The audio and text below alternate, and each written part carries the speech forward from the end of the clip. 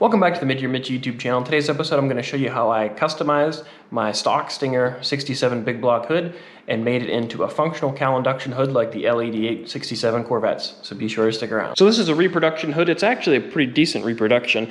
The only downside is that the underside is all hand-laid fiberglass, very textured. It doesn't look horrible, but it doesn't look OEM. I want it to be smooth like this and how it originally was. But also, I have this panel, which I purchased from Stinger Fiberglass, RIP Stinger Fiberglass. But this is a cowl induction hood insert for an L88 Corvette. So I spent quite a while sanding on the underside of this hood. I just did it with 40, just because I didn't feel like stepping up to the 80. And there's still a few little pits here and there all over the hood. But overall, it's very flat, very straight, and it's much more smooth than it was. So I think this is good enough for now. So here's my 67 Vette Overkill, which has a reproduction Stinger hood on it. And a lot of people think that these Stinger hoods actually would get the air from the front. If you cut this front out, you could make the car get fresh air. But that's really not the case, because whenever air flows over the front end, it actually comes and puddles at the windshield and circulates down here. And when the hood actually has stops in it, you can make the hood cowl inducted by installing one of these ducts. So this duct I got from Stinger Fiberglass, who is really not in business anymore. I'm not exactly sure what's going to happen with all their molds. We're still kind of up in the air on that, but there are companies that make these, which I'll list below, and there are a couple guys that make them, and you can find them on eBay and stuff. So this is a duct that you just glue into the understructure of the hood, and then you have to cut out 4 holes.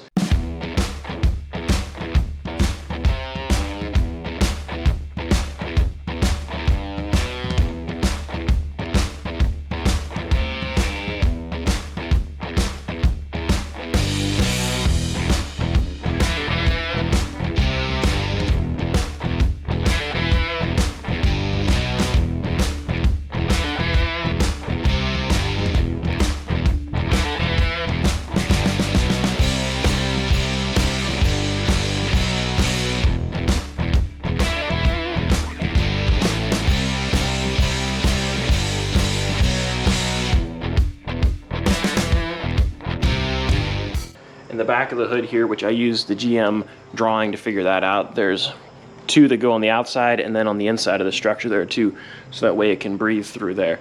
And then you just use the L88 air cleaner, which Paragon reproduces these. I assume there's still quite a bit out there, but they've also been sold.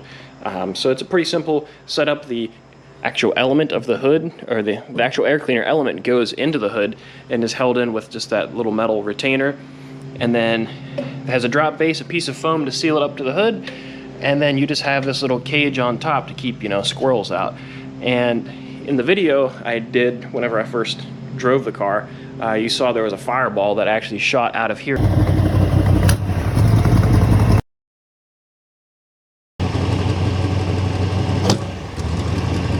And I mentioned that can be dangerous for L88s. So L88s didn't have chokes originally, and they didn't really have a flame arrestor on the air cleaner. So if your hood is closed and it shoots a fireball out, it actually could catch your hood on fire, which is why a lot of guys said to start these, you should raise the hood. So that's why I typically raise the hood on mine. And the reason mine shot a fireball out of the engine bay was because my timing is off, and I still haven't adjusted it. So that's on my to-do list. But that's gonna do it for this video. If you enjoyed, please give it a thumbs up. Don't forget to subscribe. And I have a lot of work to do, and I'll catch you guys later.